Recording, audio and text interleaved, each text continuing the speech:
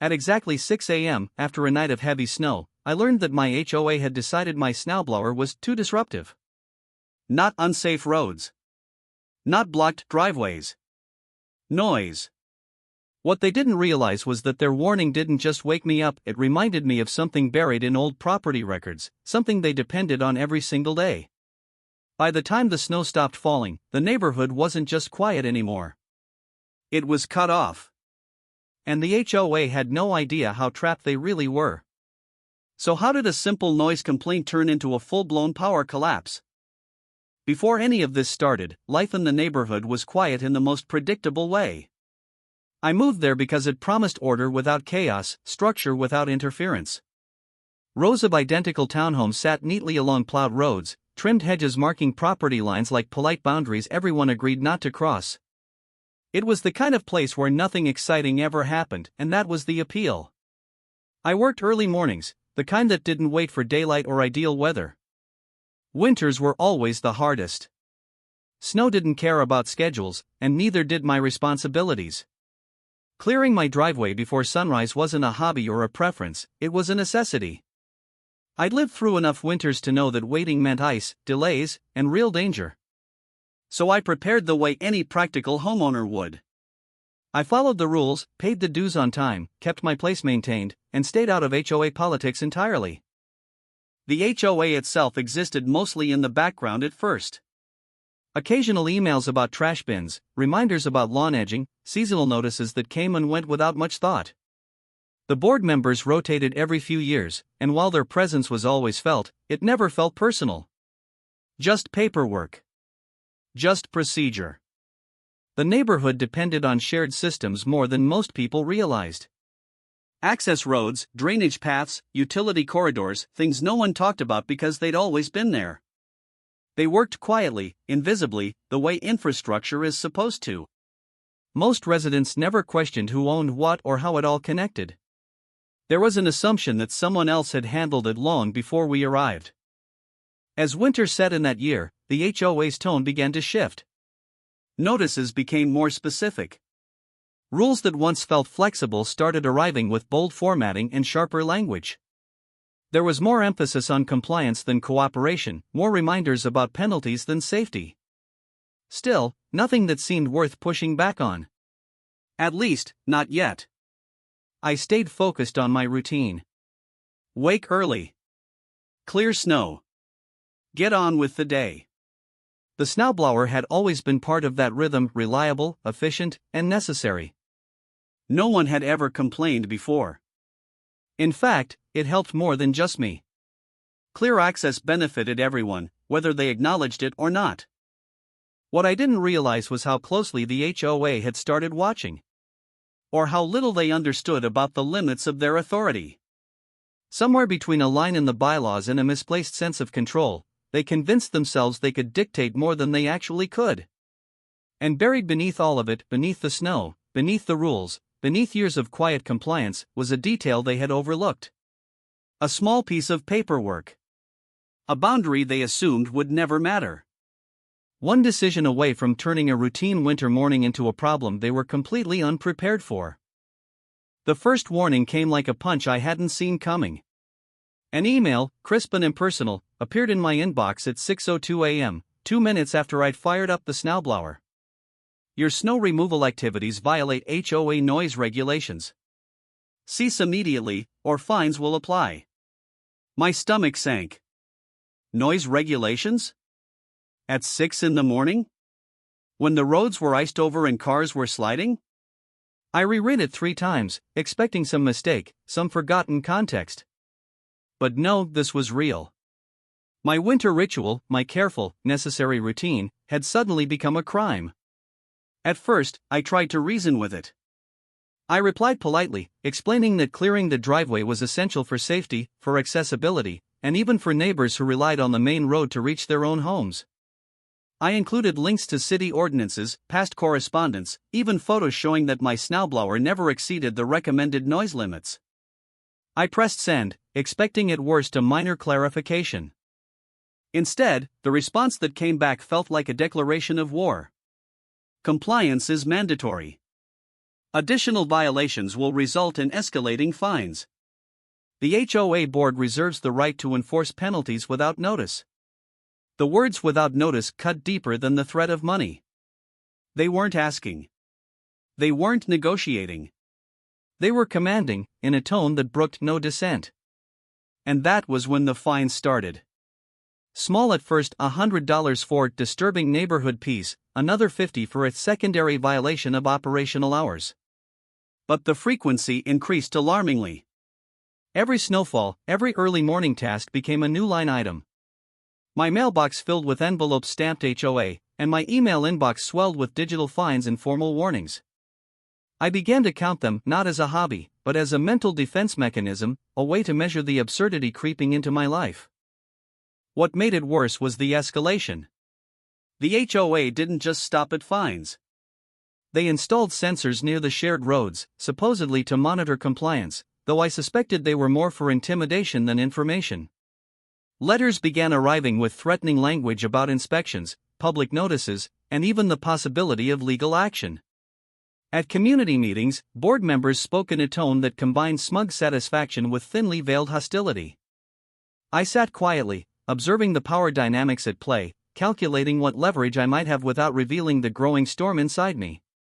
It wasn't just the HOA itself. Some neighbors, emboldened by the board's arbitrary rules, began to take matters into their own hands. One resident, whose driveway was perpetually blocked by careless visitors, called the board to report me, exaggerating the noise and claiming it disrupted their morning routine. Another neighbor, normally cordial, posted passive-aggressive signs hinting at my supposed violations. It was subtle, but it stung, small arrows aimed to destabilize my resolve. Suddenly, what had been a peaceful, compliant existence became a minefield where even ordinary actions carried consequences. I started keeping meticulous records, timestamps, photographs, decibel readings. Every action the HOA took, every word in their emails, I catalogued. Still, the rules themselves were maddeningly vague. Excessive noise was never defined. Operational hours were arbitrarily applied. The board operated like a shadow bureaucracy, wielding authority not as a tool for safety, but as a lever to exert control. And I was caught in the friction between what they said and what the law actually allowed. The tension ratcheted higher during one particularly brutal winter week. Snow fell steadily for 3 days, accumulating faster than I could clear it. At 5:45 a.m., before dawn had even broken, I started the snowblower. The engine's roar echoed faintly down the street, a sound that once symbolized progress and responsibility. By 6 a.m., my phone buzzed with yet another message, a citation for disturbing the peace. It wasn't just the fine, it was the implication that my very effort to maintain safety was criminalized. By mid-morning, the board president arrived in person. She did not knock. She did not ask. She stood on the edge of my property, clipboard in hand, issuing a litany of rules and threats as though reading from scripture. I tried to explain the danger of icy roads, the urgency of clearing the driveway, the legal limits of noise ordinances. Her eyes didn't waver, her tone didn't soften. This was not about community safety. This was about obedience. That evening, a notice appeared on my door, an emergency compliance hearing. The letter, typed in bold red font, detailed fines, potential liens, and the possibility of legal escalation. They demanded my presence within 48 hours. It was the first time the dispute felt real in a legal sense, not just a battle of wills, but a conflict where my property and autonomy were directly at stake. My frustration was no longer abstract, it was actionable, pressing, and terrifying. Over the next several weeks, the HOA introduced new rules almost daily. Trash collection had to follow a staggered schedule. Decorations were limited to certain sizes and colors. Vehicles parked in ways they deemed inconsistent with community aesthetics received fines.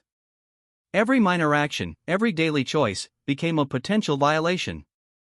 I could feel the invisible leash tightening, an omnipresent reminder that nothing in my life was beyond scrutiny.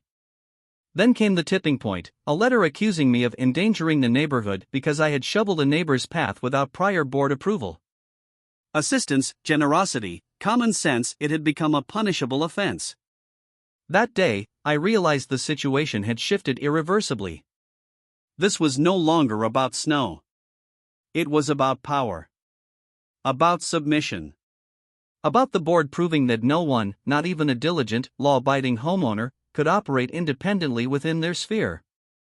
I began quietly exploring the legal framework. Easements. Property access.